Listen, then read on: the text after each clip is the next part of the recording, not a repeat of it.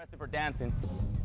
A well-known downtown street performer is facing criminal charges for doing what he loves. His breakdancing performances have entertained crowds of visitors for more than a decade. But a city policy has led to the beloved dancer getting several citations and being arrested. Upset about the criminal charges he now faces, he reached out to Fox Antonio's problem solver Darian Trotter to help shed light on his fight to have them dropped. For the past decade, this has been Jose Valedez's happy place. This is what I believe in. Placing his talents on display as a downtown street performer while entertaining crowds of onlookers. I got arrested for dancing. I was dumbfounded just because I was in a public space dancing. As for Valedez, he does not agree with the policy and especially not the criminal charges and vows to fight to have them dropped. I have blood, sweat, and tears on this plaza, and I'm going to continue to practice my art here. What's up, everybody, and thank you for joining me on the Dance Floor, the podcast, the only podcast for dancers here in San Antonio.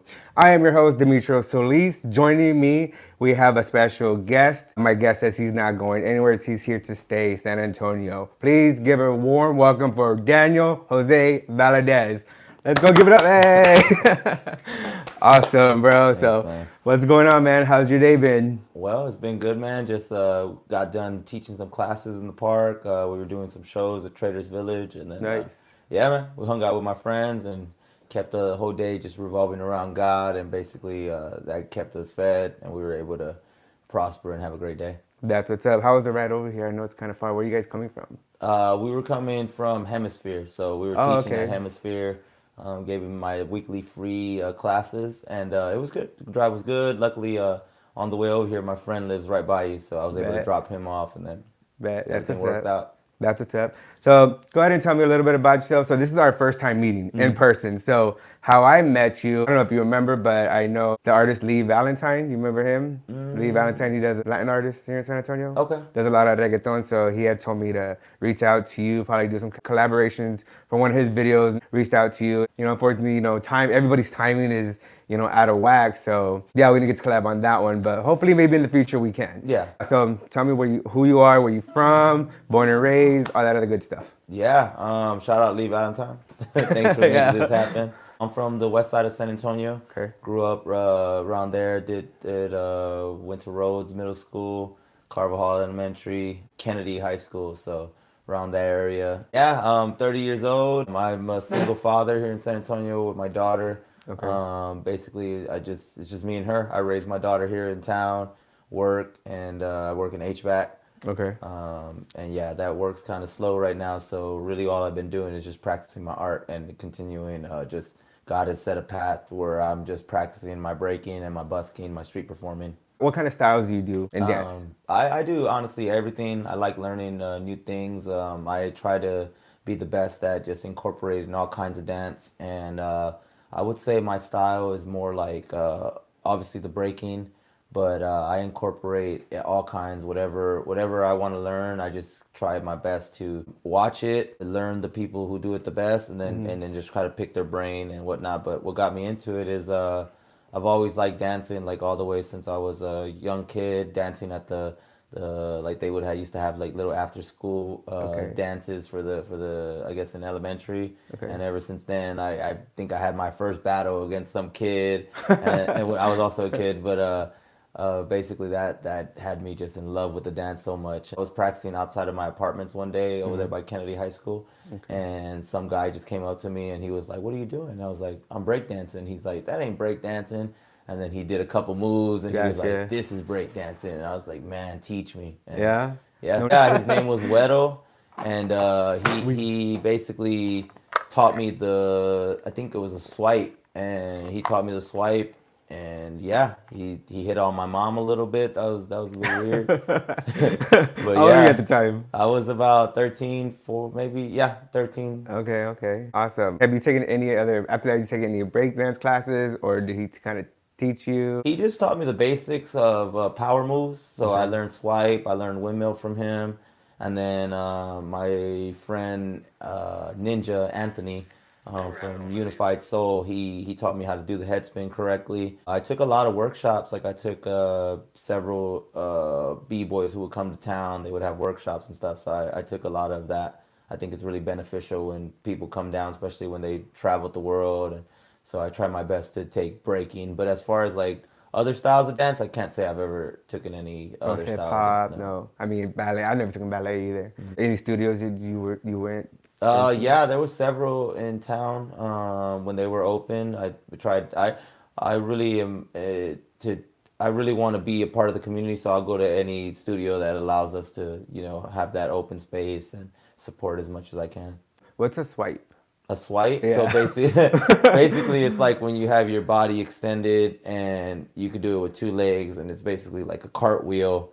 And throwing your body in the air, and then you land on the other side. So it's like, oh, okay. I think so. I know. I think I've seen it. So, have you been in any dance crews lately? I know they were talking about you. They call you D Local. Mm-hmm. Where'd you get your name from? We went to a competition in Austin. Me and my friend Lorenzo.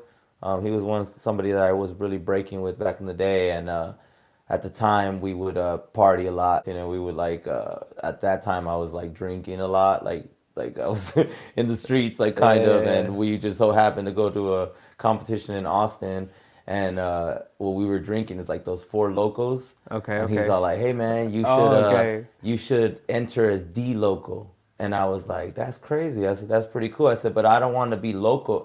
Like I thought that was like a lot crazy. Chicano, right?" And I was like, "I'm gonna do local, like LOCAL." Okay. And then he was like, "Yeah, I think that's cool." And I entered as D Local, and then I had that persona of just like that crazy, right? Because that's what it was. And then I was just mad dogging somebody, and I was mad dogging him so much in the battle that he looked at me. He's like, "What?" And then I was like, "Yo, I kind of like this persona," so I just kept it, and it was fun. So it wasn't after the Four Locals, right? It was off of that, a little bit, but I kept the name because it's like people hear that name and they think automatically like, what? D Local? Like they always say local, but it's local, like your local HEB or something. Okay, gotcha. Okay, so how would you say somebody wants to train how to do breakdancing? What's an easy way to kind of lead them to that direction? Definitely show up at Hemisphere Park on Sundays where we offer free classes and you can learn from me. No, honestly, just how I learned on it really is through YouTube. I think there's a lot of great tutorials on there, a lot of good people that give their time, and that's where I really learned most of my stuff on YouTube before I did the workshops and all that. Can you share a pivotal moment that solidified your decision to pursue dance as a career? Is this dance the only thing you do? You teach, or do you work full time? I'm really proud of my career. My dad was in my life a lot, and he taught me how to do HVAC and sheet metal commercial. And from that, I was able to have a foundation. So that kind of kept me grounded to support my daughter and whatnot. Before that, I was working like digging ditches and whatever it was because I was a teen parent. So I had to really go into the role of working. And I did various jobs until my dad was like, "Hey, you can keep doing those jobs, or you can actually learn a profession and a trait." So he taught me everything I know in sheet metal. And then through that, a pivotal moment when I knew that I was going to pursue busking, street performing, was me and my brother one day. We had just got the windmill down, and we went downtown. We were living near the area. And he's all like, "Hey, you want to go downtown and film each other dancing?" And I was like, "Yeah, let's go." And we were like probably like 14. I was like 14. My brother was a little younger, and I had a camera, and I was just recording him. And in the process of recording him, he was doing windmills, and his hat flew off. And when his hat flew off, I didn't really think nothing of it. I was just recording him, and someone came and they put $1 in his hat. Okay. And then it kind of like. It kind of just sparked the we could do this for money. That's what's up. And then it kind of started with that, but I grew into a love of it's actually more than just the money. It actually opens doors to where you get opportunities, and it's a real expression. Like I love expressing myself in the public spaces. I feel like it gives me my character, and I feel like I don't know where I would be without it, honestly. Okay. So besides using escape, what does dance do for you? like staying grounded and present. So more than that, it's about like knowing where you're at. So like a thing I do when I dance is I like to look at people and I like to get influence from what they're doing. Say they're crossing their hands, I like to mess with them a little bit and have them engage with me. So it's like I'll cross my hands when I'm doing a move, and then I'll see that spark. And I like the connectivity of it. So really being aware. So I did say escape, but I don't feel like it's an escape. I feel like it's an awareness. It's like you know what's happening, you know you're in the moment, and you're like really living it, and you're enjoying every second of it. So That's what's up. Yeah. What is busking? so busking is essentially, it goes back to like kings and queens. Back in the day, it's like it's been around for so long. It's basically the process of where you showcase your skill, and if people like it, then they'll donate to you, and they'll give you Gotcha, a donation for what you're doing. So that's basically what it is. Gotcha. Okay, cool. How hard was it for you to learn? It takes me a long time. We were just talking about that, me and my friend, about being a little dyslexic. So Okay. when I learn something, it's kind of like I have to learn it both ways, and I'll do it the opposite way. So if I'm trying to kick my leg this way, I'll go the other way, and I feel like I was a slow learner in a sense. But yeah, recently I learned how to get past that and just really honing in on the being able to do stuff in multiple directions. And yeah, I feel like I got the stuff down pretty fast. It took me a couple months to learn windmills, a couple months to learn head spins. So That's what's up. Because I remember when I was little, I tried to break dance. Man, I could not do nothing. Have you ever hurt yourself trying to like do something? Any serious injuries or? nothing serious. No.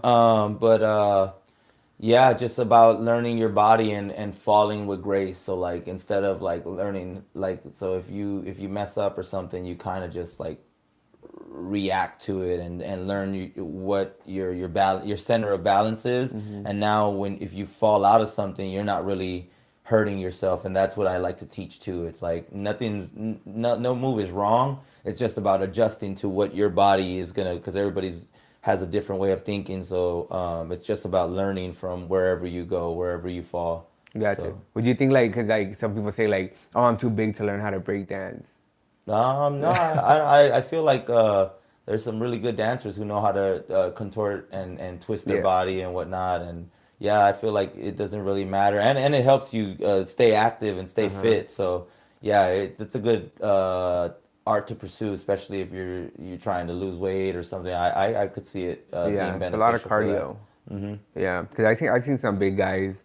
They're doing windmills and what is it called whenever you're on one hand, you jump to the other? I can't even. Air flares. Is it? You know exactly what I'm talking about. Okay, That's Sean awesome. in the background. He came to support. Y'all might know him as Iron Monkey. So what other kind of tags do you have? What do you go by right now? I go by D Loco. D-Loco? That's my name. Okay, have you had any other ones in the past? Because I know sometimes there's other dancers that I know they go by this, they go by that, depending on what style it is. I say you got your crump, you have your popping, they go by different names. Yeah, I've only, my friends call me D. Some people call me Loco.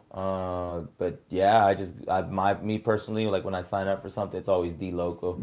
How did your training shape your approach to dance, and what are some key lessons you've learned? Training, yeah, basically, training with my friend Sean. He has a style that he's teaching me, and it's basically like it's just about core is foundation, learning all the moves from the most fundamental, from breaking it down all the way to, hey, we're gonna do it like this, and then you add on to it. And what I learned over the years is just about being present and being patient and really learning the music, how the music operates, and then how the key thing is you react off the music. So it's that way you're not stuck in any sets. You're able to form to different songs, whatever song it is that you can dance to it. Gotcha. So let's go outside right now and do a little. I'm just kidding. No, kidding. No. What are some of the biggest challenges you faced in your training, and how did you overcome them?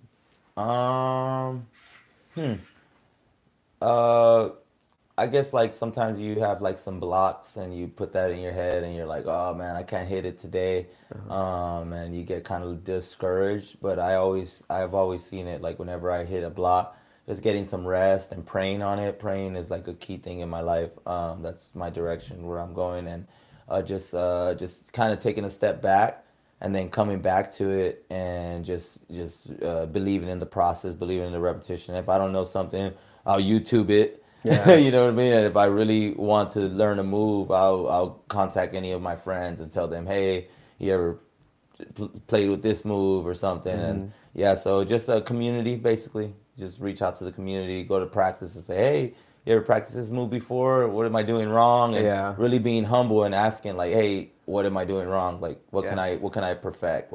How can I be better? Yeah, I think breakdance is the only one that I tried to learn, and I was like, yeah, this ain't for me, man. I did a couple of breakdance classes in Hawaii, and they taught us the basic, like, you know, how do you, I don't even know what it's called. The Indian set? What is it? Yeah, they taught us that, and I don't know what else. So I know how to do all that, just like, so I'll go to like quinceañeras and stuff. I'll go out the dance floor in the circle and I'll act like I'm gonna bust a move. I'm like, just kidding. So, but everybody's all waiting for me to do a windmill or something. I'm like, just kidding. Yeah. Yeah, just kidding. Yeah. What advice would you give an inspiring dancer or maybe somebody that's, you know, wanting to learn how to break dance? I would say just we actually had a moment today when we were performing. So I have a friend that invited another guy. He told him what we do, how we street perform and whatnot, and he was very interested. And I said, hey man, come with us. Why don't you just come with us? He plays the guitar. This is the first time I went today, and he was. I put him on the spot. I said, hey, he's gonna rock the crowd. He's gonna open up the set for us, and he's gonna play a song. And he was ready to go, but then when he sat down, he basically was like, oh, I don't know what to play. And my friend, I overheard him. He said, his name's Jonah. Shout out to Jonah. He basically said, just be Jonah. Yeah. So that's ultimately what it is. Whatever you're having, whatever fight you're having inside, you got to just be calm, relax, breathe, and just know that, hey, just be yourself. That's ultimately what it is. Just be yourself and don't worry about what people's opinions are. Don't worry about the outside. Just do what you know and believe in the process and do the things that you've been practicing in closed doors. You're at home, we practice in the living room or whatnot. Yeah. Just do that. Nice. So, like the shirt says, chasing progress, not opinions. oh, nice. Big shout out to Bianca Maldonado for the shirt. Thanks. Hey, what up? So who do you know in the dance community? Because I'm just coming out. The dance community, not anything else. So I've been in since 2021. My first performance was the San Antonio Hip Hop Fest from Ab City Dance Group. I went. I didn't know nobody, and I was nervous as, you know. So, I think I don't know what it's called. Right? Something right? Right? I don't know. Somewhere downtown. That in the river? Was that the one? No. It's something right. RITE. Oh, okay. Yeah, that's all I remember. But to answer your question, I know mostly all the people here. Yeah. I've been in the dance scene, I guess, for the last 15 years. So okay. I know people all over the city. Even some of the new people, I try my best to actually learn and know who dances in the city. I don't know. I mean, I guess there's some new dancers I might not know, but I know a lot of people from here, Houston, Dallas, Austin. Whenever you go to this, like when they have competitions and whatnot, yeah, you see all the different styles and all the people trying to do their best. So yeah, I see that. Well, he knows me now. Yeah, there you go. But me, I'm more of like I get into like more Latin music, reggaeton. Oh, okay. I do mostly that. I've been doing quinceañeras for years. I think it's gonna be like 16 years. I moved to Hawaii, and then nobody really that I knew of dancing. I wanted to go out there and teach, but they're like, oh, to take this class. I was like, no, I don't want to take a class. I want to teach. So I was like, man, I'm just gonna go back to San Antonio. I was like, I already kind of built a name for myself around here, but as far as working with the youth, and so I came out here, and one of my dance videos actually came out on Kelly and Ryan, and that's how it kind of put me out there. And I also worked with Nene, that TikTok sensation. Okay. I worked with him and other TikTok sensations as well. So, and then people started following me. That's how I met Marcus, and then Bianca. And yeah, I just started meeting everybody else. Yeah, that was kind of my journey. But if you guys want to know about my journey, where I've been, what all I've done, you can follow my episode. It's there as well. Nice. Any quinceañeras out there in Hawaii? No, a lot of people tell me that they have to go to California. So I mean, that's where everybody was from. But as far as quinceañeras, no, it's all Filipinos and Nice. it's all Asian culture. I actually got influenced by a dancer out there, B-boy Little Demon. He was I think he was a child when I saw him. He was like 8 years old, and I would watch all his videos like all the time when I was. I think I was like 13 at the time, 14, and yeah, I would watch him like constantly. Nice. No, I think the class I took was from Hype 50. Okay. Was his name Josh? I think it's his name Josh. Nice. Yeah. So I took a couple of classes from there, and then I did a class from Brian Pose. He's another inspiration of mine as well. Nice. Tell me about some of your most memorable performances and projects. The recent one I just did, I hosted a battle at the Lolo car show this year. And, I thought it was gonna be later on. I wanted to go to that. I wanted to go to last year, but yeah, it was pretty cool. I was able to give away $500, and then yeah, the people who showed up, it was cool, and I was able to sit back and kind of host it. Okay, cool. My whole thing is when I'm really, whenever I have the microphone and I'm able to tell my story, that's probably the best time I'm having. So that I would think I was in front of like maybe 4,000 people, a little bit more than 4,000 people, and probably more. I'm just being modest, but as I heard the attendance like 10,000, but yeah, I was in front of them. I told my story. I told them about my trials and tribulations. That was pretty cool. So it was pretty memorable. And I'm locked in for next year too. So catch me at the Lolo car show. So what all do you do as far as like events? Like, are you just a judge, or do you go out there perform, or both, or? Yeah, I always try my best to promote myself as I can do multiple things. I can perform somewhere in the corner of a festival, or I can headline. Oh, I could be on stage with the headliners. Like I'm really confident in what I do, and what I provide is a breakdance comedy act, and I've been perfecting it over the years. And yeah, I'm very comfortable when it comes to being on the mic. So I definitely like hearing my voice in the speakers, and I like what I really like is getting the people's reactions and the fact that they give me attention and they give me their time and they resonate with me is what I've seen. Like I'm very versatile too. Like I could do from fiesta all the way to, I just got done doing a 3-day festival in Tomball, Texas, which was the German festival. So I was able to incorporate a hip hop show to a German festival, and it was well received, so well received that they invited me next year too. So That's good. Congratulations. yeah, thank you. I think with me, like, so in spite of everything that I do, all the performing and stuff like that, like I'm very antisocial. Like I go or HB and I get nervous and stuff like that. And they're like, how do you get so nervous when you're doing like all of this on YouTube, you're dancing and everything? I was like, I don't know. I would say that you have the power to do whatever you want, but certain people may make you a little cautious, and other people you feel like you can open up. So well, I feel like also like with me, it's like when I run into people that I know or know me, it's because they always think like, oh, you're still doing your dancing thing. Like they try to mock you kind of thing. You know what I mean? So I just feel like they're making fun. But honestly, like everything that I do, it gets paid for. You know what I mean? Like, oh yeah, man. It's people.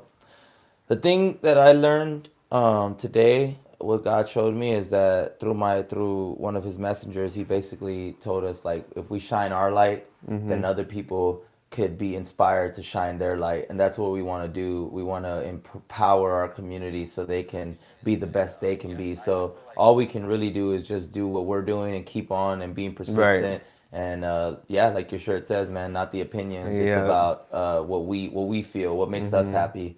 And actually, since you brought up quinceañera so much, that's what I started doing. So when me and my brother would do the downtown thing, that was like kind of just like a hobby. We wouldn't do it too often, but we would give most of our times to. We had a friend that he would get hired for different quinceañeras, so we would go to every quinceañera, and basically we would be the attract. We would crash it. We call it crashing quinceañera. I was waiting for that one. I was like, oh, he's the only one that didn't bring up the quinceañera crashes. Yeah, that was like a San Antonio thing for sure. But I loved it. It was a point in my life where it was Were you like, part of Marcus's little, were the dancers?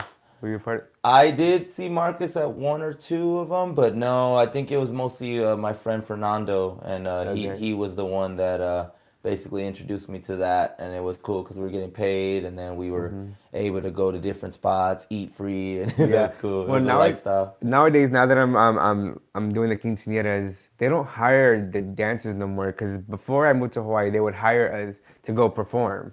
But now everybody's doing the whole Bad Bunny, the big head guys, the robots. Yeah, the well, big robots. Houston has a big scene over there. I went to several quinceañeras, and I was dating this girl, and she had a big family, so we would go to a quinceañera like every other weekend. Yeah, and basically, like, man, I tripped out on the dancers out there. Like, they go over and beyond, and what I love is that they showcase the girl, the birthday girl, right? And they do it in such. There was one team out there. I don't know them at the top of my head, but there was one team out there that was phenomenal. Like, I follow their page, and they just like they have a good way of making her the star, but still putting in the dancers where they need to be. And yeah, it's really cool. How do you stay motivated and passionate about breakdancing or any kind of dance, especially during challenging times?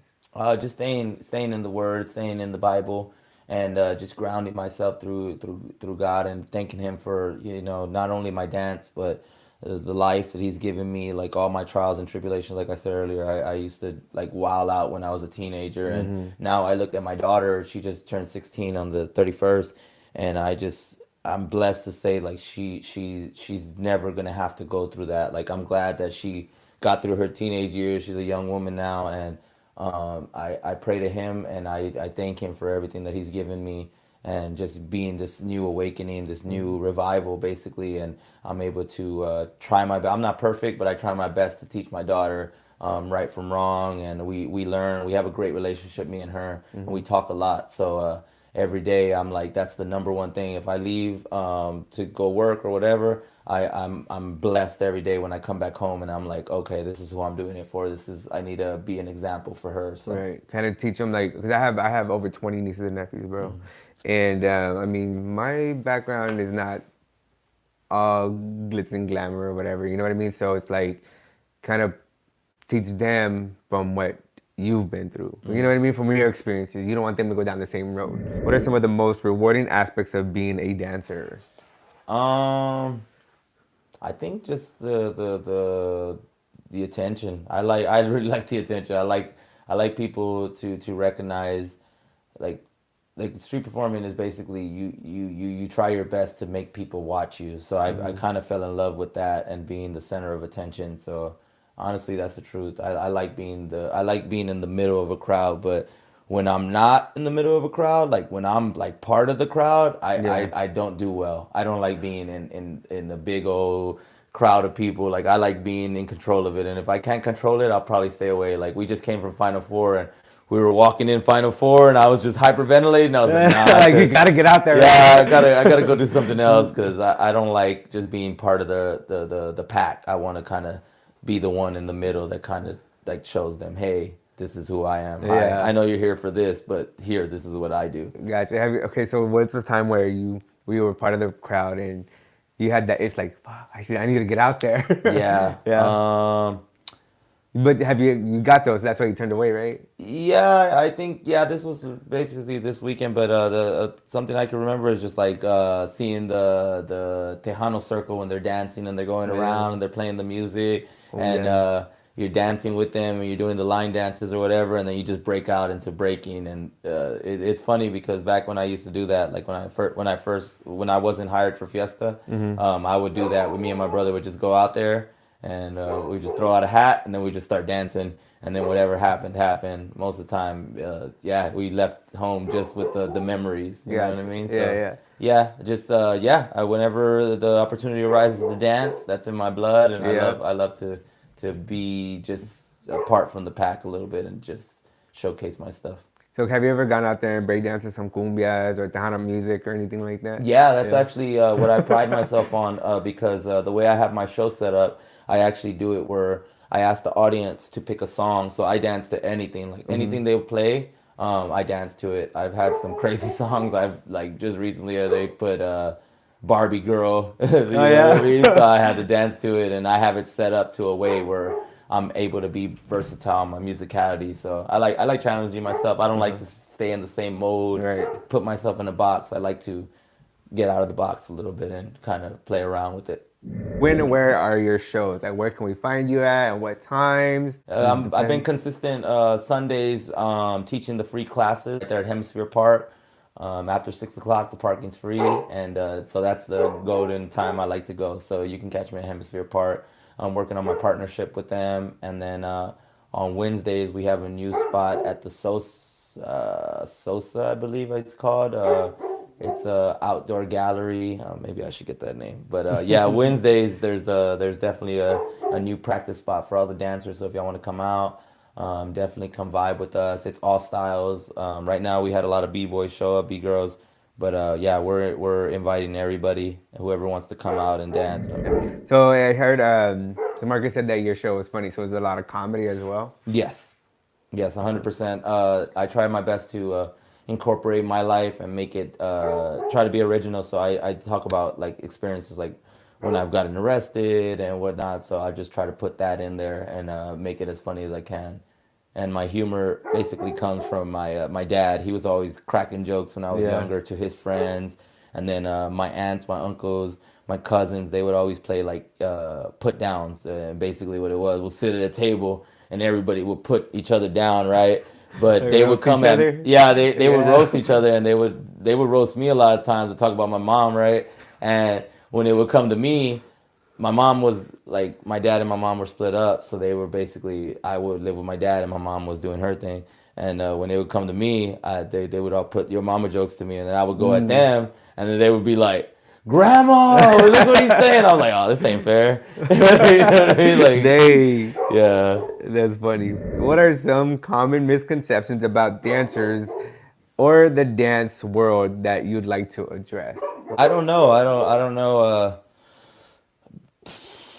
That maybe that we need to grow up and stop dancing. Like it was a craze. It was a fad or whatever. It was like it was just like something that passed. And it's like, no, we're still here. We love. It's a lifestyle, and it's not just about going to the clubs and dancing at the clubs or dancing at the quince, dancing at a tournament. It's like, nah, it's actually a lifestyle that a lot of people live, and it was in the Olympics, and it's actually a real profession if you want to dive into it. It's probably not the best paid out on my end, but I love the art form so much that I try to practice it whenever I can, which is like every day. Yeah. And I think the misconception is like it's not dead. It's still alive and thriving. There's still community all over the United States, all over the world. Yeah. So the misconception, I think, we're trying to say, what I get is like also like how you say grow up and stuff like that. Like the way I see it and the way I try to image it is like it's like somebody going to the gym, right? They go to the gym, they're videoing themselves, you know, because it is, at the end of the day, it is cardio, right? And that's just the same thing like we're doing. You know what I mean? We're going out, we're doing it, and we're videoing and we're posting it, you know? Now, some of us try to go for being famous, and some of us because we love to do it. Like somebody likes to go to the gym, you know what I mean? So that's the way I see it. And it's like, you want me to grow up or quit trying to get all this muscle and stuff like that, you know what I mean? Like, or like who you trying to impress on social media with your big muscles kind of thing. Yeah, I'm trying to talk shit now. No, I just want y'all to know that I love the gym community, and I. It was no dig with anybody that goes to the gym. I used to be a gym rat too, so it was no dig. I was just putting that as an example. That's right. We love you, ratas. So how does dance impact your life outside of the studio? What, you don't go to the studio, right? You go. Yeah. Do you teach at a certain studio? No, I shout out to NXG Dance Crew, always putting me on, giving me different opportunities to teach the youth. Taught classes at several studios throughout the city, and yeah, outside, how does it impact me? That's what you said. How does dance impact your life outside of the studio? Yeah, just being aware. I think that it comes back to the awareness and just knowing that the same way I'm aware in my dance, the same way I can hold myself down in a battle, the same way I can hold myself down in front of crowds of people, it shows me to be more confident. It shows me to be grounded, and yeah, apply that to everything. It's all about growing relationships with different people, and building community to yeah, like your neighbor, hey, how you doing today? Everything's straight. And it's like, yeah, just sparking a conversation and getting to know people. And yeah, I apply that to my job. And if my boss or something is acting whatever, I just like, okay, give him his space, and then you just kind of talk to him, say, try to communicate a little bit, and build relationships. So yeah. Nice. How many times throughout the day do you talk about dance? Because everybody at work, they're like, "Oh, all you talk about is your dance." I'm like, well, "What is there to talk about?" You know, they're like, Yeah. or when I'm meeting a customer or something. You know what I mean? So A how lot. many? I think yeah, that's I have it in my blood, so I'm constantly practicing. Even at work, I have this move that I do where I throw the hammer on the ground and it flips up, and I'll catch it in my pouch. I've done it once, but I practice doing it over and over, and it's kind of like a dance to me. And Yeah. yeah, I talk about dance a lot. It has a real impact on my journey. I wanted to ask you something. I'm sorry. No, you're good. You're good. Good. I wanted to ask you, do you feel like people attacking you when they use this language towards you, or is it Like, just why do I always talk about my dance? Is it a It kind of like I've learned to where like respond with humor. Mm. So it's just like, well, that's all I do, you know, and I just laugh, you know, or with a smile. I don't take offense to it, but maybe a little bit of it. So basically, how I'm trying to get it is, or what I think I'm understanding is, you're saying you're a bubbly person, Yeah. like the life of the party, and people Yeah. are wondering all the time, like, why, like, why are you so happy? Like, Yeah. why are you talking It's about it, dancing? it's because I'm proud of what I've achieved. This isn't my podcast. It's his, bro. Now I'm proud of everything that I've done. You know what I mean? Because at the end of the day, I'm a better person now than who I was 5 years ago, 6 years ago. You know what I mean? As long as I keep, like, I'm not gonna say winning because it sounds big-headed, but as long as I keep achieving things that I never thought I could achieve, you know, it's okay. I'm always wanting to challenge myself. Nice. You know what I mean? Okay, what can I do now? Like, for instance, this podcast. You know what I mean? It's like I think to myself, what is everybody doing? Well, now I'm getting out there in the quinceañera world, you know. And so last year and this year, I was nominated for the best San Antonio quinceañera choreographer here in San Nice. Antonio. Did I win? Thank you. Did I win? No, but I was nominated. Like, I didn't even nominate myself. I didn't vote for myself. It was just because when they hit me up, I was like, what is this? And I thought it was like somebody reaching out to me with that, oh, you know, in order for this, you got to pay this. And you know what I mean? Kind of one of those scams on social media. And so, but no, they told me, yeah, somebody nominated you for San Antonio's best quinceañera choreographer. Nice. I was like, dope. So it was just being nominated, you know what I mean? I was happy with that. That's so so with the cool. winners, I called them, hey, congratulations, you know what I mean? So happy for you and stuff. And so we had last year's winner, and then I had this year's winner on the podcast as well. Nice. So I'm not like this, oh man, you won, this hating kind of person. No, man, I congratulate everybody. Yeah. You know what I mean? Even though if we're against each other, hey, good job. And so that's why it's like I'm always bubbly, you know what I mean? Keep that up. Yeah, you know, so thank you. I appreciate Thank it. you for sharing. Yeah, let's keep it in a language that everybody says, you know, I'm winning. You know what I Yeah. mean? You're winning, fuck, let's win together. Amen. You know? Anyways, back to you, sir. Yeah. So, what are some of the most rewarding aspects of being a dancer? I would say, I like when I learn a move. I guess the instant gratification of that, like you practice hard for it, and then once you grab it and you master it, yeah, it's pretty fun.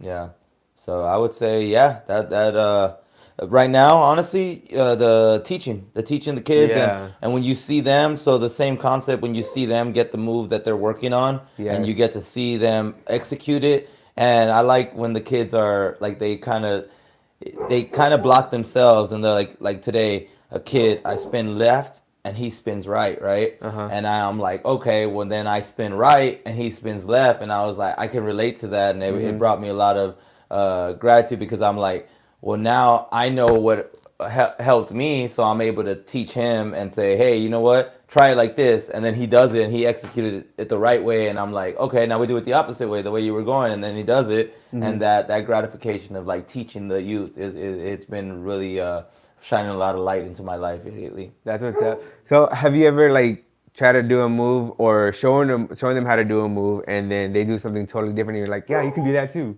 Yeah, and then there's no wrong answer. So like what I do in my classes, so sometimes I have like big classes, like today was like a class of 3, and if one kid wants to show out, you highlight that. You tell them, oh, teach us that move. So instead of me teaching the move now we're learning from the kid who just did the move and he gets to hone in on what he just did. And I'm like, okay, so now all of us are learning the same move.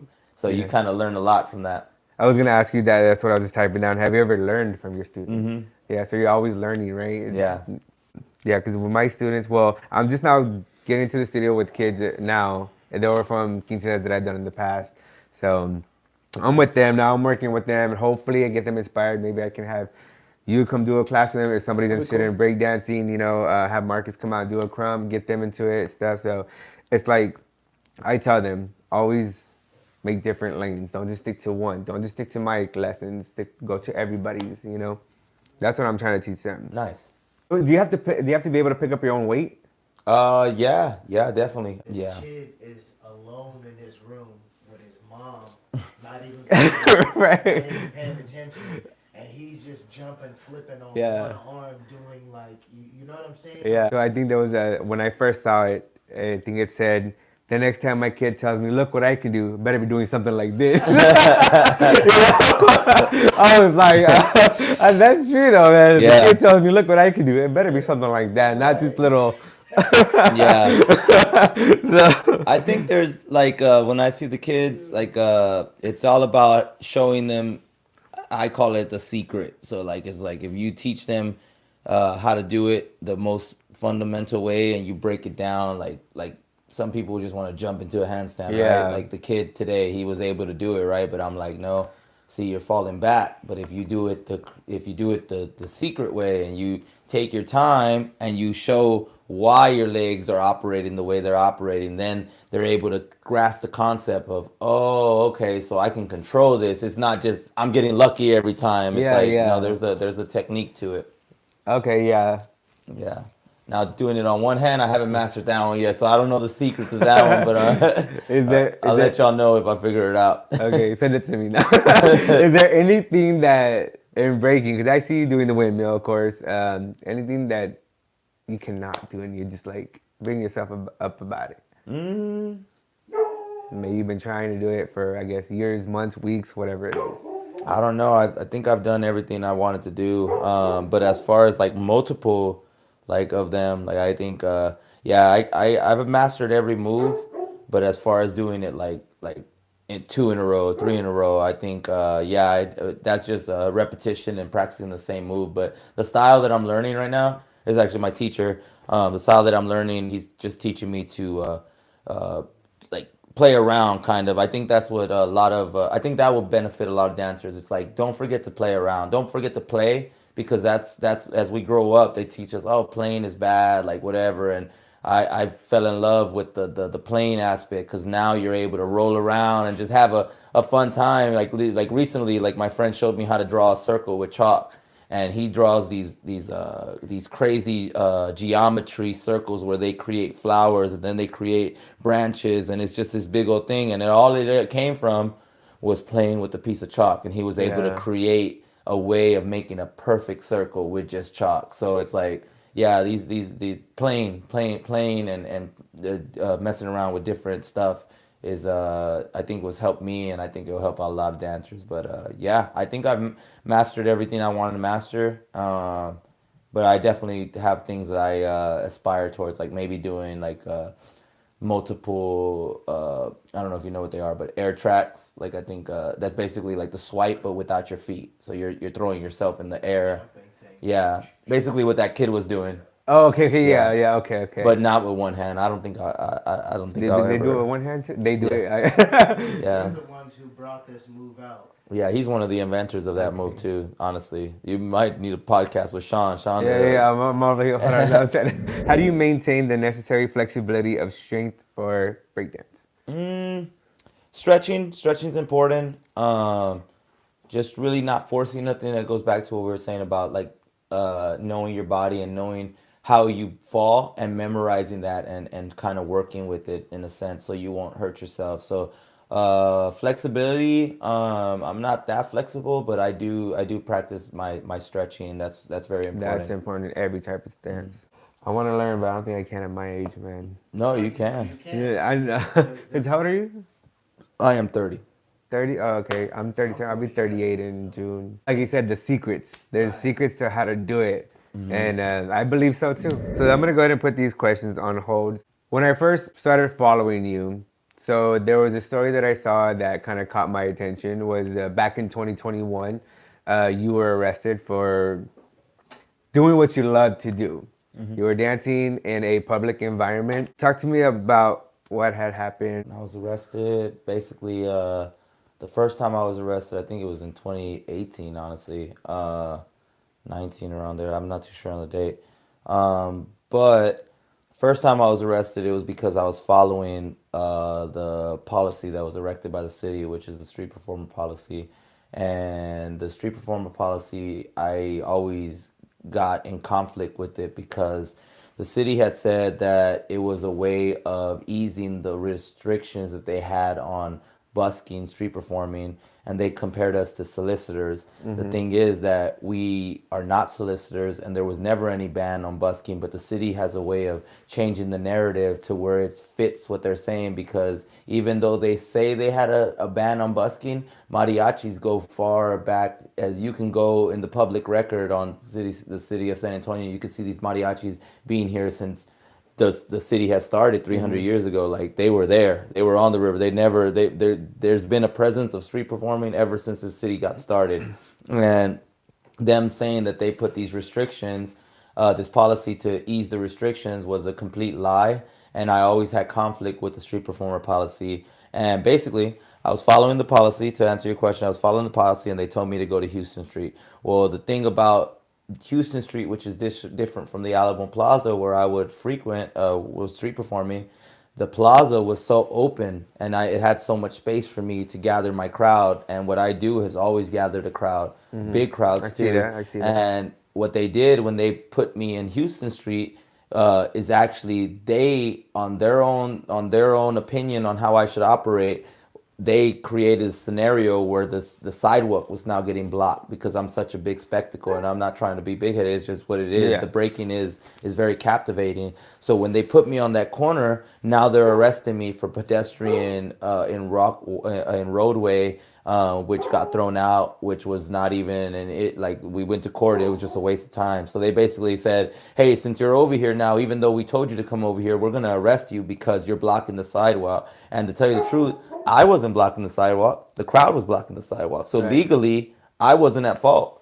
You could have told the crowd disperse, and they would have dispersed. But I'm following their policy that they say ease the restriction on street performing. But the truth is, it was just put in place because the city, and the city being the downtown operations, the CCDO, basically saying that they had an opinion on how street performing should be done. And they have restrictions on where we do it, which is all the public spaces that I want to frequent: Alamo Plaza, Market Square, Hemisphere Park, La Villita, Riverwalk, all these places. And I would look at this policy and I was like, okay, what law is backing this? Like, what ordinance is backing this? And turns out when we filed a lawsuit against them, there was no ordinance backing it. There was no. So now I've learned a lot that the city can create policy out of thin air, and they expect us to follow it lawfully. But the truth is that they're doing some shady things and trying to intimidate the street performers. And that's really what my cause is, to bring awareness to that a policy is not an ordinance. A policy is not law. A policy is simply an opinion. So, yeah, that's what got me arrested, by following their policy. Wow. Bro, how many times has SAPD caught up to you? Because I watched your videos. I've seen so many, and they're probably about like 30, 40, maybe to an hour long videos. So I literally sat there and watched because I know they took your speaker once. Mm-hmm. Talk to me about that. Like, I mean, I've gotten a lot of interactions. I didn't record a lot of them because I wasn't knowledgeable to doing that for my documentation. But over the years, I've had several incidents where they made me feel like shit. They made me feel like crap, and they brought down my spirits. But once I started doing the camera and I started recording them, I thought it would stop, but it didn't. And you've seen the videos of they haven't stopped doing what they're doing. But a lot of people, like, I've been getting backlash about, like, hey, you're giving the cops a hard time. But the truth is that I'm simply recording to let them to document so I could show everybody what's going on, because this has been going on for the duration of me street performing. It's about 15 years. And basically, when they took my speaker, so back to my point, I don't blame the cops, because it's really the city being these people that think that they could oversee our rights and overstep their authority where they don't have authority. Like, if I'm just practicing in a public space, what's the difference from me operating and practicing my art than someone else just coming down and sitting down and starting a picnic there? Would they mess with the people that are doing the picnic? Would they mess with the people that are protesting or preaching their God or whatever they believe in? Like, are they messing with them? And the answer is no, because I have documentation of that too. They don't mess with those people. They mess with me because, I mean, honestly, it comes down to they feel that there was a restriction on street performing, which is the solicitation, but that's for commercial acts, and I'm not a commercial act. I'm simply expressing myself, and if a person wants to give me a donation, that's on them. That's not, I don't force nobody to donate to me. At the end of the day, it's a person's preference. If they feel that I deserve it, then that's on them. But I don't force nobody to pay me. I don't do anything that is against the law, and that's the whole thing. A lot of people have opinions on how I'm living my life, but the truth is that it's a breakdown. Street performing has gone to the Supreme Court and has been ruled that we are not vendors, we are not solicitors, we are not a commercial act. We are simply expressing ourselves, and that's why the First Amendment is very important in what we do. So I know the truth, and when they took my speaker, it's because the cops were told, hey, instill fear in him.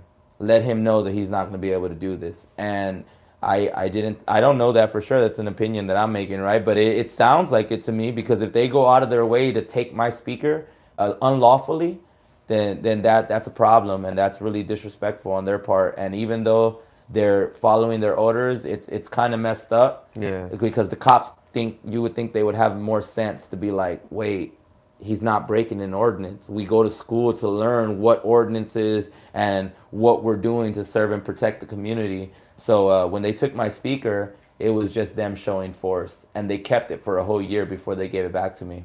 I was going to ask you, did you ever get it back? I got it back a year later. Why did it take so long for a whole year? They said it was in evidence and they couldn't release it. Yeah. They were probably using it in the locker room.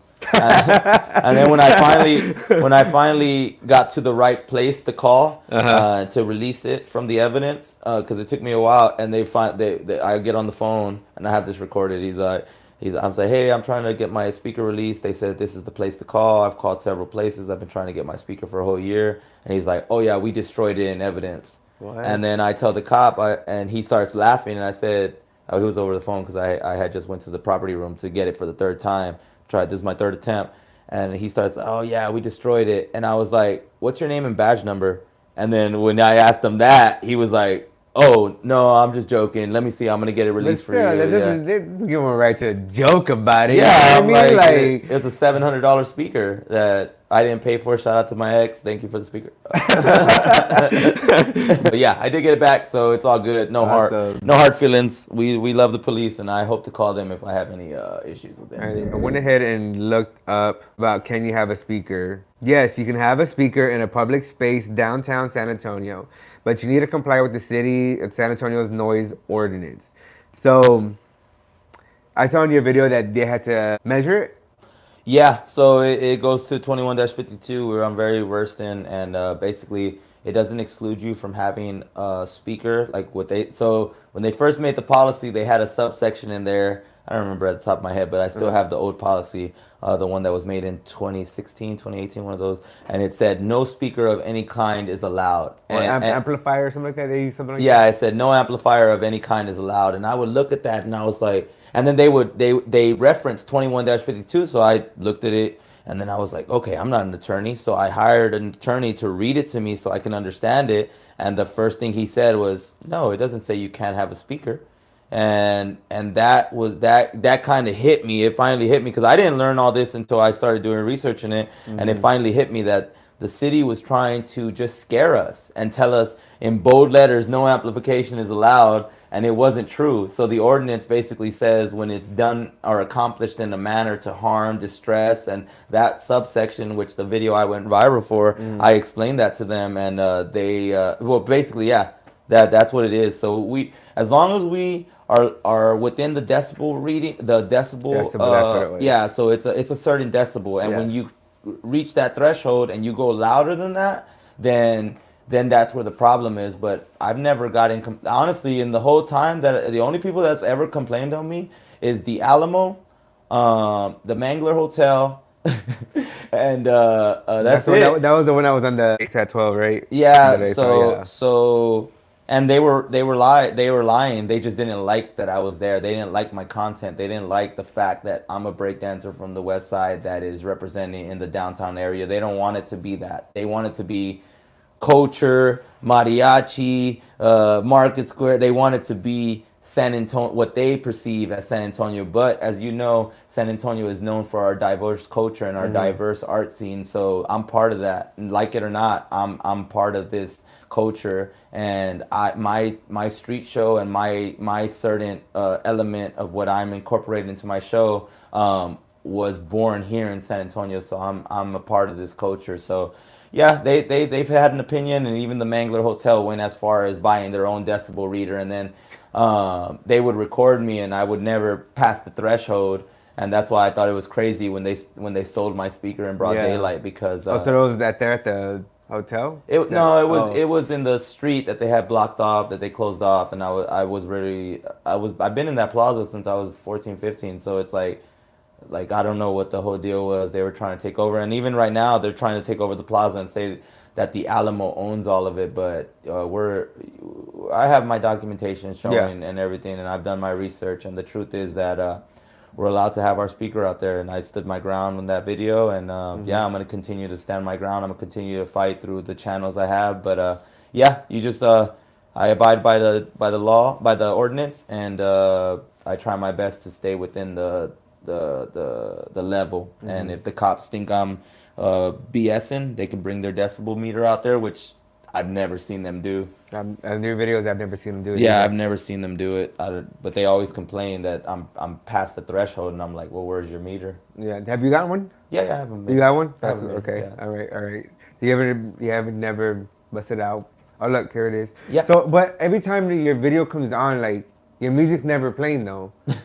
So I mean, I don't understand. Did they hear it? And then the recent one that they were just walking by, was your music playing when they were? He was actually on the boat. They were passing by on the boat. Uh-huh. And yeah, I mean, I was interacting with the crowd through my speaker, and I don't know. I honestly don't know if he. The two cops that were in that video recently. Yeah, they were on the boat passing by, and if they heard it, I don't know. I can't speak for them, but I know that I was well within the law, and I was well within the ordinance, and I wasn't passing any of those decibels. And yeah, they basically said they just saw it. They said they were the complainant, which I don't know if that's I don't know if they can be the complainant. I don't know if legally, I don't know if they could be the complainant, but if I had to guess, because they're the cops. Yeah. I mean, I don't know either. So I went to school for criminal justice, but I went for a year. So I'm not saying I know everything. So, I mean, who knows? Maybe they're just being about it, you know. So no hard feelings, guys. No, that's crazy. So one of the questions that I had in my head: Have you ever had to pay a fine from any of the Not at all. fines? No, I was gonna say how much money did you put in the city? Basically, I got in these tickets over and over, and every time they're dismissed. Every single time. Like every ticket that I've ever got in my duration of street performing has always been dismissed. Have they ever tried charging you for something else? Is it always something new? Or is it always the same thing? They've tried several things. They've done the obstruction of roadway.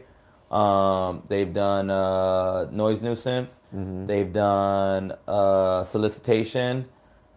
They've done trespassing, and yeah, One time you just stepped on the curb. Oh yeah, one time yeah. They were like, "You're going to jail." Yeah, they're very yeah, they're very petty on some occasions, but yeah. Yeah, they've tried many things, and all of them have been dismissed. Every single one. Every single ticket I've gotten for street performing or anything related to street performing has been dismissed. Awesome. That's what's up. Yeah, I was like, man, like, I don't know. To me, okay, like I said, I'm usually against people, you know, with the cops and doing that, but you sound like you knew what you were saying. So it's not like the videos that I see. Oh no, I don't need to roll down my window. I don't need to give you my ID. It's not those kind of videos that I watch. You know, those are the ones that I'm talking about. You know, Yeah. but it sounds like you knew what you were talking about. I even looked it up, and some of the stuff like the 21-52. yeah. See, the only thing that kept popping up was something about insurance, and I was like, well, I was like, okay, like let me ask this guy.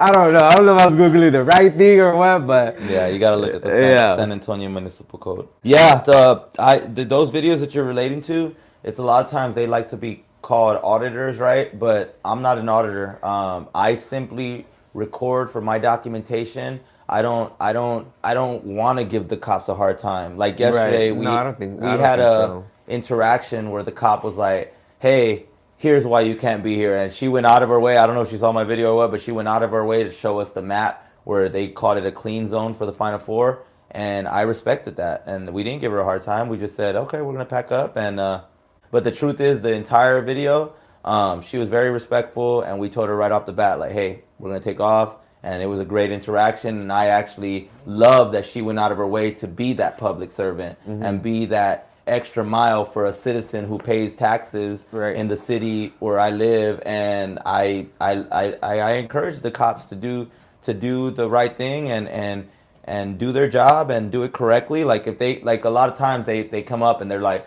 "Well, we got a call," and I'm like, "Okay, but I'm also a citizen, so can you do your job and observe the situation and don't just come up to me and tell me to leave? Can you observe what I'm doing and see if there's any law, any ordinances being broken?" That's what I ask them all the time. I say, "Please observe first before you come at me." And they're like, "Oh, what are you trying to tell us to do our job?" It's like, no, I would just like to be treated as the citizen that I am. I'm a San Antonio resident.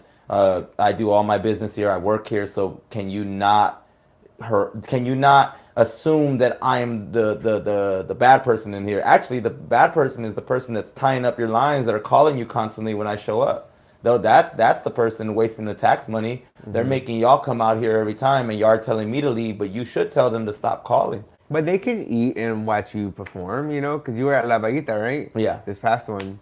All right, so I went ahead and pulled this up. Street performing or busking adds to a vibrant culture of downtown San Antonio. The policy outlines and guidelines the locations where performances are permitted. So we wanted to do this downtown, right, and at Hemisphere Park, but I went ahead and looked it up as well, and I had to go and talk to the Film Commission of San Antonio, and that was going to be a pretty penny too. I was like, that would have been dope to do it downtown. Yeah. You know, after your show or something. But That's weird. That kind of threw me off because I'm like, well, what happens when the people that are TikTokers record our city and then they post their video? Like Jeremiah Miller recently did one on the Riverwalk, and he posted it, and he has millions of followers. So I'm pretty sure he. I can't speak. I don't know if he's getting paid for his TikToks or whatnot, right? But I'm like, why is he any different, or why is anybody that promotes the city any different? Like they say, "Hey, I'm here in San Antonio," like they have to get a permit too. no, I think it's like because it was like the commercials, movies, and I'm pretty sure it'd be involved with podcasting as well. Yeah, I don't know. I would have to look into it more, but like, yeah, I record down there. Do I have to pull a permit to record? When the cops record me on their body cam, do they have to record? Do they have to pay for a permit? You know what I mean? So Yeah, it's I like, get you, yeah. it's always a gray area. Like, Yeah. I don't know what they're talking about. Yeah. Okay, performance locations. buskers can perform in City of San Antonio controlled downtown public spaces. This includes sidewalks and city-owned parks, except the areas listed and prohibited below. Specific areas of Houston Street, but didn't they tell you to go to Houston Street? You should read all that for your just read it in its context. Okay, certain cross streets along Houston Street. Or yeah, Travis Park is more prohibited location. Bro, I don't want to read. Okay? I don't want to read. No, but so San Antonio Riverwalk, Alamo Plaza, Main Plaza, outdoor spaces owned and controlled by the city for other purposes such as the Convention Center, Alamo Dome, City Hall, Market Square, La Vallita, and the Commerce Street Bridge. But you had permission from... No, that's a misconception on the video. I never said I had permission at all. From, what's her name, Tracy? Yeah, like I said, no one ever said in the video that she gave me permission. I said I have permission from the First Amendment, and I talked to Tracy, and we established that it was a public space. That's what I said. Oh, where you were at? Yeah. Okay, well, yeah, that's what I meant. My bad. No. Because a lot of people. That's dope the way he said it. Yes, because that's what the cops do. They listen for the verbiage, and they're like, let's get them right there. Yeah. Yeah, you have to have the correct verbiage. No, A lot of people, correct. No, it's not on you. It's a lot of people were actually saying that. A lot of comments were saying that. And then the cop is messing up my relationship with this lady because he's saying, oh, he said you gave him permission. And then Tracy's like, yo, I never said that. And I was like, I never said that. So she just informed you that that was a public. That's it. That's all she did. And that's the only reason she's relevant. And I did hear it like that. I did hear it like that. Yeah, because I wanted to rent the space. That's what my inquiry to talking to Tracy was. But we have to go through the process or whatever. But so what you just read, it said that we're allowed to be in any public spaces and city parks on public park property, right? But then it goes to exclude all those places that you just read. And what ordinance backs this policy? What ordinance backs that opinion right there? That's my question. No ordinance. There is no ordinance that restricts me from any of those places. Because also, what's the difference between the music that's playing at the restaurants? Right? The mariachis? No, because there's music, like speakers coming from the restaurant. Well, that doesn't really say about speakers. That's more talking about where they prefer us to perform. And if you see, they didn't give us no spots. They basically said you could perform on any sidewalk at all, any park, and then they go, except this one. So they excluded everything, and they're like, you can perform on Houston, but some parts of Houston, not all of Houston, just like this part, and they don't even specify what part that they want us to perform on Houston Street. So it's not to ease restrictions. It's actually to restrict, and it's very restrictive. That's the thing. Gotcha. And that's why performance hours.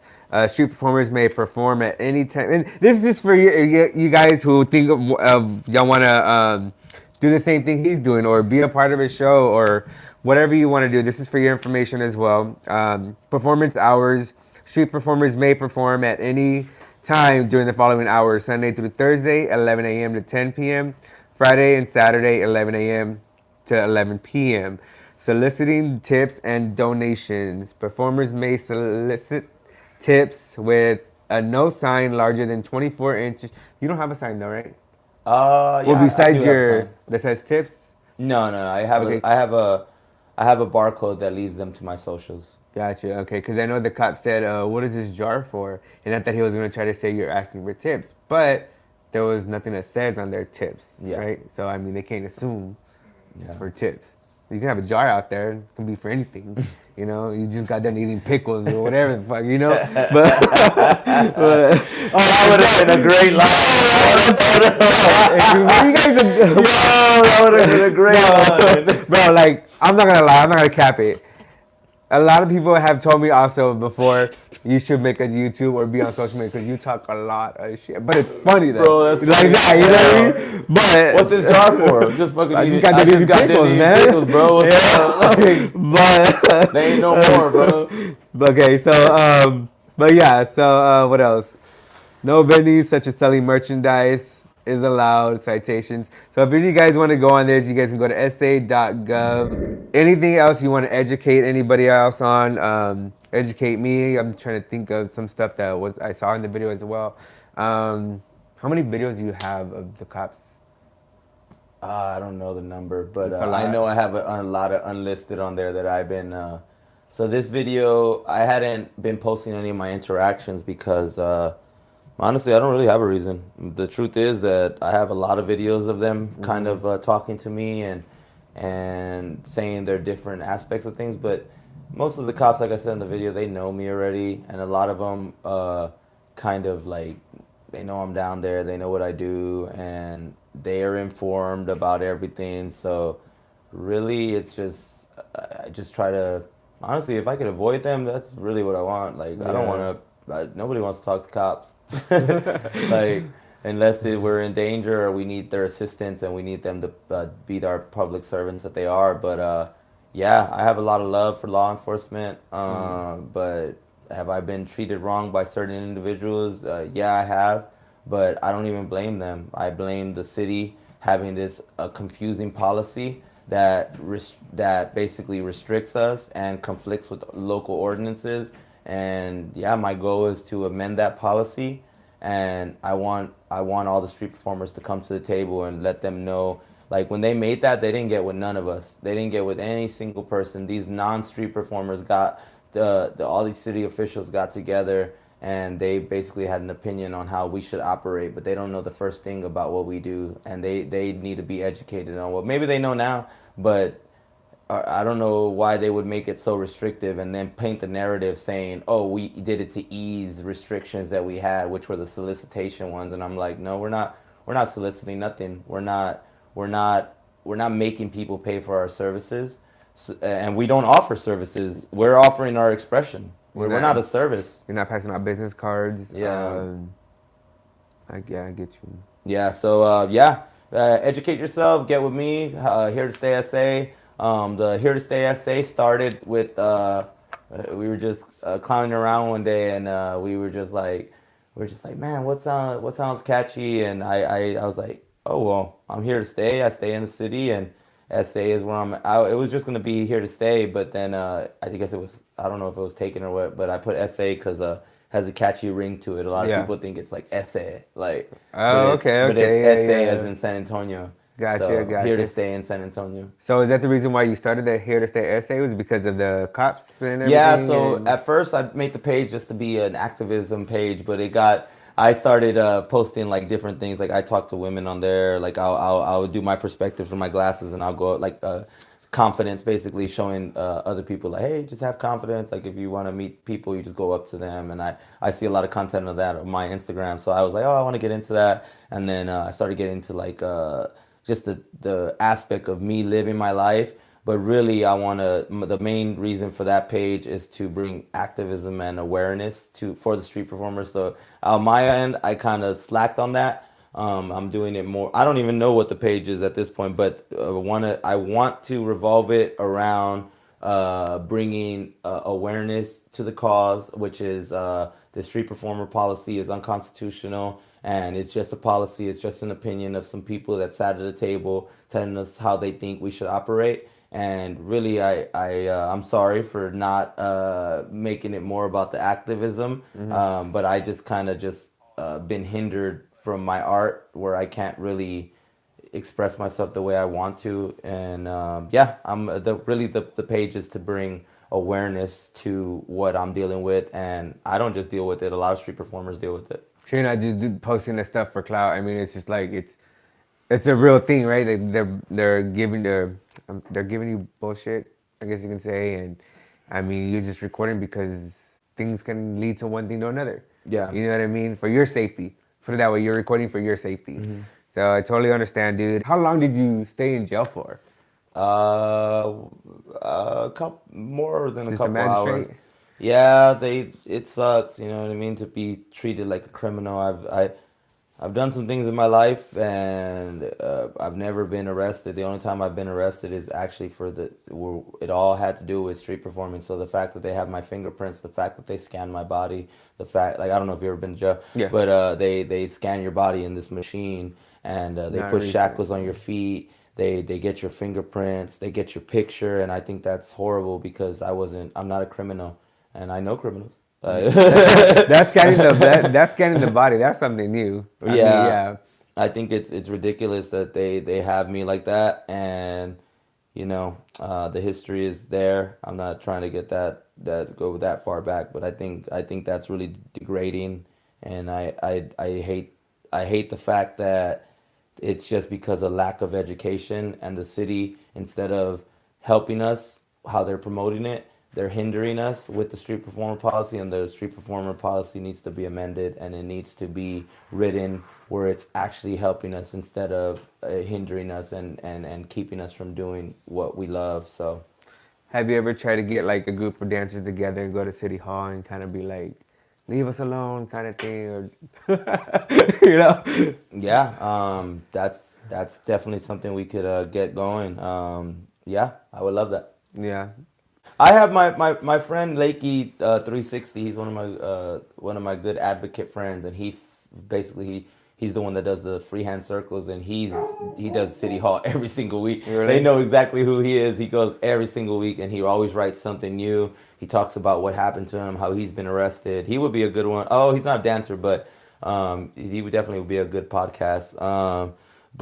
Yeah, it's basically like, that is the next direction, bringing it to the news and whatnot. At that time where I had that article written about me in KSAT, I think I forgot how that got started. I forgot if they reached out to me or whatnot. But yeah, I definitely want to go that route, and advocacy for the street performers is what my main goal is with the channel, and that's what I'm trying to work on. That's basically why I post the videos, so people can see what's going on. What are you hoping to get out of this with the whole video? Which one? The videos are going viral. Because this one's the only one that's going viral, the one you usually posted, right? Mm-hmm. Yeah. What are you trying to spur awareness for, like, street performers and stuff? Honestly, in my opinion, the viral is anybody who, like, anything over 1,000, I feel like that's viral for me. That's a lot of people. Oh, then I've gone viral then. But honestly, I mean, I wish that I would have made a video that sheds light, like kind of like how we went into depth about the street performer policy. Mm-hmm. That's really what I want. I wish I could funnel it to where people know more about it and know what's happening and know the shady things that the city's trying to pull. But I mean, yeah, that's my goal, just to bring awareness to what the city's doing and show the world how they're trying to get away with it. And yeah, that's basically what I want to do. So recently I haven't been downtown a lot, like as much as I used to. So you had like military where all the cars would go down, right? Mm-hmm. So, and then you have Vegas where you have all those different acts in one spot, right? So is it like that in San Antonio as well? Like different acts in different spots? Yeah, there's a lot of street performers, like maybe a handful of them, like a Tin Man, we got a SATX IQ, we have a guy named Banana Man, he comes through, Pogo Fred, which is on a pogo stick, and he would do backflips. There's Mark Riggs and Casey Riggs, they basically do like a unicycle act. Like there's some big acts that have gone here, but the city has basically, scared them away to where they don't want to come back. But if you go, I've traveled, and like the places I've been, they have it pretty established where like New Orleans, perfect example. Like in New Orleans, there's like maybe like 10 street performers at the Jackson Square, and they take turns, and they do it so flawless. Like they all work together, and it's very organized, and it's not this whole circus. It's like people actually live this lifestyle, and I feel like if the city would relax their ban on street performing, which what the street performer policy is, we would have more people wanting to come here to showcase their skill and basically give the city free entertainment. Right. Like even if they were to erect a permit for us to get, like we would be okay with that. Jimmy Talks a Lot, one of my good teachers, he frequents the Pearl. He's at the Pearl. If you ever want to see a great magic show, he's one of the best. He taught me everything I know about street performing. And but the city should give us some sort of permitting process, but they don't offer that. They don't offer it for the amplification. I know, I checked. I went to do all the things that the cop said. Go get your permit. I did everything they told me. And this isn't the first time I've done it. This is probably the 5th time, 6th time I've gone to try to get these permits that don't exist. But they tell us like they do. But when I go and I explain to the permitting place, like, hey, this is what I do. Can I get a permit for this? It's like, no, you're not a commercial act. And it's like, but the cop just said that I have to get a permit. It's like, no, you don't fall under this. Are you going to throw are you doing like a big festival where you're going to bring people and you're going to promote? I was like, no, I'm just going to set up and I'm going to just do it spontaneous. It's like, well, you don't need a permit for that. That's like protesting. And I'm like, exactly. Yeah. But yeah, I wish the city would give us some sort of permitting process so it could be a little easier, a little bit more organized. Gotcha. Okay. Thanks a lot for explaining that, because there's some stuff that I wasn't aware of that, you broke it down for me, so I appreciate that. For sure. Anything else on that story that you want to kind of put out there? You forgot about Elvis. Oh, yes. That's one of my biggest inspirations, the Hispanic Elvis in San Antonio. Seeing him do his thing at the Market Square for so long, man. His catchphrase was, I don't read, I don't write, but I could tear up the dance floor. And I thought that was the most coolest thing. Hispanic Elvis, he was his own character. Basically, he would, if you don't know who he is, you could Google him. He went viral before he passed away in 2020, around there. And he basically would make his whole getup. And he loved Elvis so much. He was a big fan of Elvis, but he made his own character. He called himself the Hispanic Elvis. And what he would do, he would dance. And he had this guitar that he made out of cardboard that he taped around so it could be waterproof. And it was like his own entrepreneurship. He had his rings that were like different colors. And then, he would put rhinestones on them. And he had this jacket and he would do the Elvis thing, but he would do it in his way. And he was a real influential person to me, because when I saw him riding around in my hood and in the West Side, I would look at him and I was like, man, like, this guy is cool. Like, I thought, like, man, he's being himself. Like, he's just being who he is. And I have a cool story about that. Like, at the Market Square when I was performing there, I was tired because I worked from 10 all the way, I think it was like 7:38, like 10 a.m. to 7:30 at night. And I was laying down looking up at the trees, and I was just like, man, today was a great day. I had my shirt off, and Elvis comes up to me. He's like, ¿Qué estás haciendo? And I was like, bro, I'm resting. He's all, bro, the tourists are still at the Riverwalk. Yeah. He's all, it's time to go. Let's go. Hustle. And I was like, I jumped up. I kicked up. I said, claro que sí, vámonos. And he was already gone. He was like, for 5 minutes and somebody could take your spot, dude. Mm-hmm. Don't sleep. Don't sleep on it. Yeah, he reminded me. He basically told me, like, yo, man, it's not time for sleep right now. The night's still young. Go get it. Like, that's what's up. Yeah, he was a real influential person. Rest in peace to Elvis. Shout out to the Mi Tierra restaurant having a whole memorial for him. That's so cool. I went in there the other day and they have a picture of him right there. It's a big old, basically where they pay homage to all the people who have passed away. Ofrenda? Ofrenda. There you go. That's what it is. Sorry to my Hispanic friends. Do you have any shows? We can leave it in. We can leave it in. Any shows coming up where you're going to be performing at where they can see you at? Yeah, I'll be at Corpus July 5th. I'll be at the car show there. I'm showcasing, I think I'm going to be on stage with Lil Rob. That's pretty cool. Then I'll be in Dallas, the Lowrider Super Show in Dallas, and then I don't know what date that is, but I know I think it's coming up. And then I have another one in Houston that I'm going to be at, another Lowrider show. Basically have a little tour going on. And then Market Square, you catch me at Fiesta this year. I'll be inside the Market Square, the farmers market, with my boy Remy. Thank you for the invite on that. I'll be at Dia de los Niños at the 26th at UTSA. Thank y'all to that organization for having us and being able to influence the kids and teach them. I love that. It's my third year coming back. Awesome. And then I got another date. Go. Next weekend, I'll be at this festival that I got invited to teach kids. So I'll be there next week on the 12th. I don't know the name at the top of the head, but just here to stay SA. I'll be posting all those dates. You guys can follow him on Instagram, YouTube. You got Facebook? No Facebook. Facebook, TikTok? TikTok, yeah. You have Facebook? I thought you didn't. No, I don't have Facebook. Hold up. No, TikTok. Yeah, I have TikTok. My bad. I thought you didn't. I gotta make. Because that's what the cop said. You need to stop watching TikTok. Oh, I don't have TikTok. No. I didn't have the app, so I was confident that I didn't have the app. Oh, okay. I just wanted to get on. So is that still here to stay? No, once I went viral, I was like, yo, let me activate this. No, I was TikTok going to tell you too. I was like, dude, TikTok is where everything is at. You know what I mean? So I was going to tell you too, go to TikTok. Shout out to all the people stealing my video on TikTok, going viral. Man, 5-point-something million on other people's channel, and not tagging me. Bro, I think that's one thing that makes me sick about TikTok. Like, I'm probably over it already. Everybody uses somebody else's content for follows, and then not only that, but you can promote for it too. I've never promoted for any of my videos, you know. But they've gone up there. I have. Oh, look, there you are.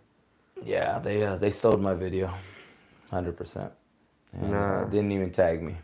But it's okay. If I could bring awareness to what's going on. Okay, so I didn't steal his video. So I did post up one from TikTok about the one I posted. Yeah, but you tagged me. No, I didn't know you had a TikTok. I would have tagged you. Bro, now I'm going to take it down and put it back up, okay? And, but yeah, I think... Wait, are you Audit 360 now? No. Oh, yeah, what was up with that? No. Yeah, I don't know. Somebody stole the TikTok and they have like 500 million views or something like that. Well, because I saw, I had told you that the interview that I saw that I didn't watch it because I wasn't get if I got all my questions answered. I'm gonna ask you the question that I've asked everybody. So, what is one thing here in San Antonio that the dance community needs? I think more support. Just give us a chance. Just to all these studios, I appreciate everybody who has opened their doors to us, and yeah, I think the dancers need to just support a little bit more. Like if you're a crumper, you're a popper, you're in all styles. Like we can come together and dance together. Like there's nothing wrong with it. Like I know everybody has their little circles and stuff, but like when we come together, that's when real change happens. And I love dancing to all kinds of genres of music. So like I don't have a problem with someone saying, "Hey, can I throw on a song?" Like we take turns. So like you put on your song, we'll put on our song. We just go like that throughout the night, and we're able to be community. Yeah, it's not about hogging that dance floor. Give it to everybody. Yeah. Like I know sometimes where I go to like I know they're young, but I'm not trying to beef with the little kid, but quinceañeras, and we'll go out there dancing and they start going like this to me or, oh yeah, something like that. And then when they get on the dance floor, I'm hyping them up. You know what I mean? So I think everybody that I ran into in the dance community, they've always been supportive to me. So thank you guys. Thanks everybody that's been supportive. Sometimes it makes me think, you know, they say if you got one hater, you're doing something good. Yeah. Obviously, I'm not, because I don't know anybody that's hating on me. So feel free to hate on me if you are. So yeah, I mean, that's all I got to say about that. Yeah, definitely. We come together, guys. To all the dancers watching, on Wednesdays, I'm gonna get the date and post it on my Instagram. I don't know at the top of my head, but Wednesdays we have a locked-in spot. It's right behind Smokes Barbecue, the main location downtown. It's an amazing art gallery, and they're really trying to do something incredible. They actually have a park in the works that is actually a hip-hop park where they're going to have murals. They have 10 murals around it. They've gotten investments to really make this park. So once it opens, I think it's opening in October, man, we want to see all the dancers there. It would be cool to start activating it, and there's opportunities for every style of dance. So yeah, we want to see ya. I'll be there. No. Yeah, I'll be there for real. Yeah, I'll be there. Hip-hop park, come on. Yeah. Well, see, but like that's because when I went to the hip hop fest, I did like a few songs on the reggaeton, and I've heard some. Dude, it was supposed to be hip-hop, not reggaeton. I was like, I don't care. But then some people told me, they're like, dude, nobody does the reggaeton around here.